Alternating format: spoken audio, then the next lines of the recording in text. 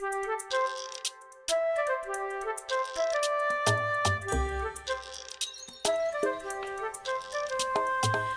I'm Laura Mize, pediatric speech-language pathologist, and I'm here to bring you TeachMeToTalk.com's therapy tip of the week.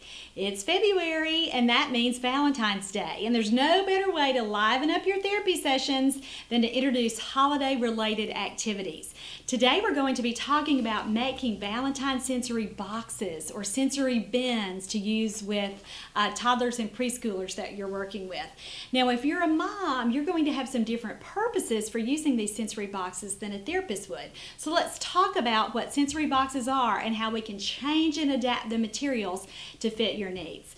First of all, a sensory box is just gathering a box or a bin and filling it with items that stimulate a toddler's senses. Those would mean things that he can see or explore visually, things that he can hear and really stimulate that little auditory system, things that he can touch and feel and manipulate.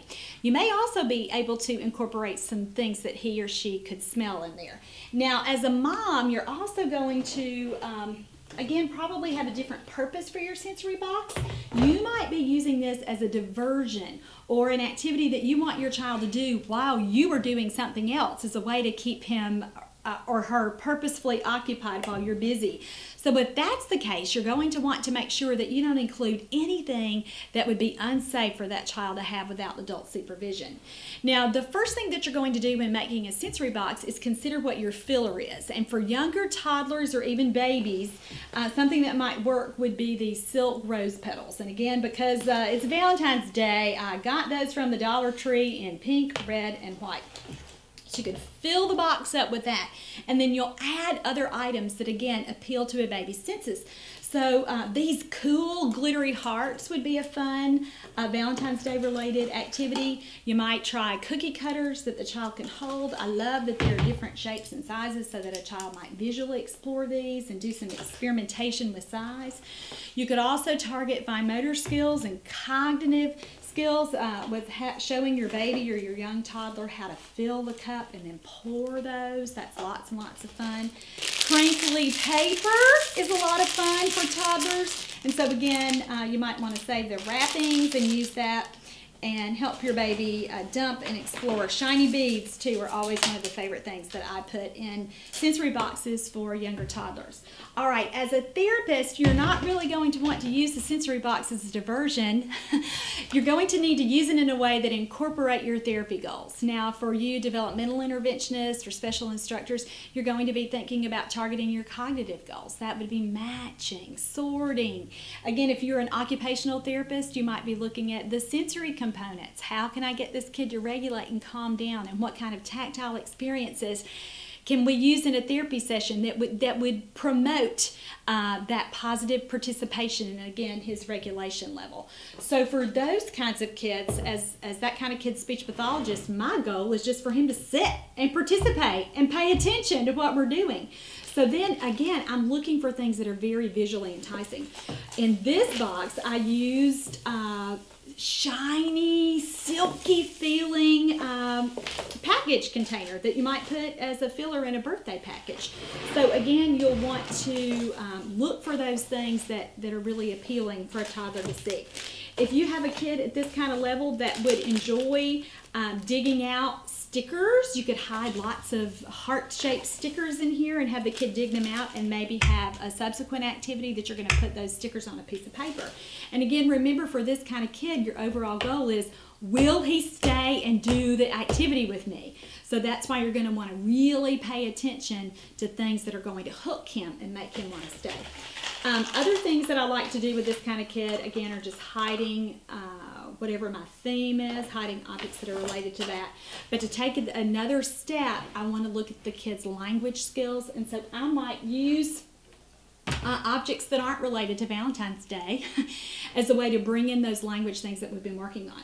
If we're really working on receptive language, I might hide some animals, and so I'm going to hide these in here and say, let's find the duck. Where's the duck? And then we can dig and find that together. The same kind of kid, again, expressively might be working on imitating animal sounds. So that would give us another activity besides the Fisher-Price barn to work in ways to target things that the kid is doing in other activities.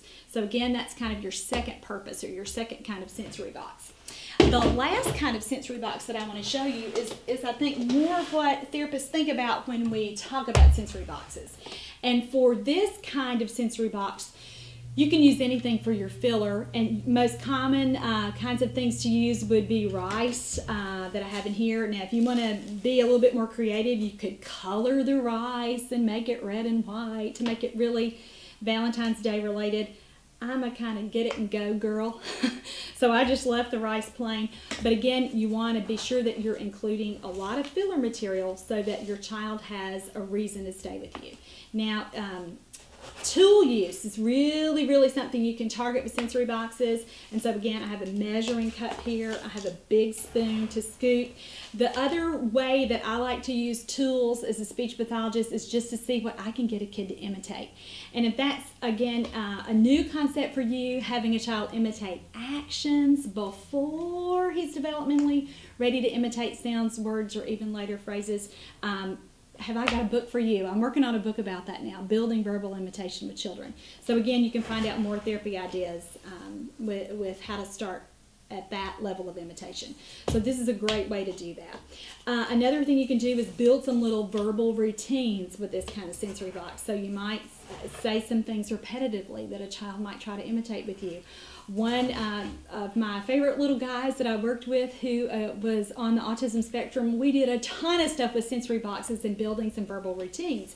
And one of the things that I would say is dig, dig, dig, in, pour. And he loved that. And again, we were incorporating reasons for him to imitate me with an action plus building that automatic speech so that he could start to imitate some sounds and words.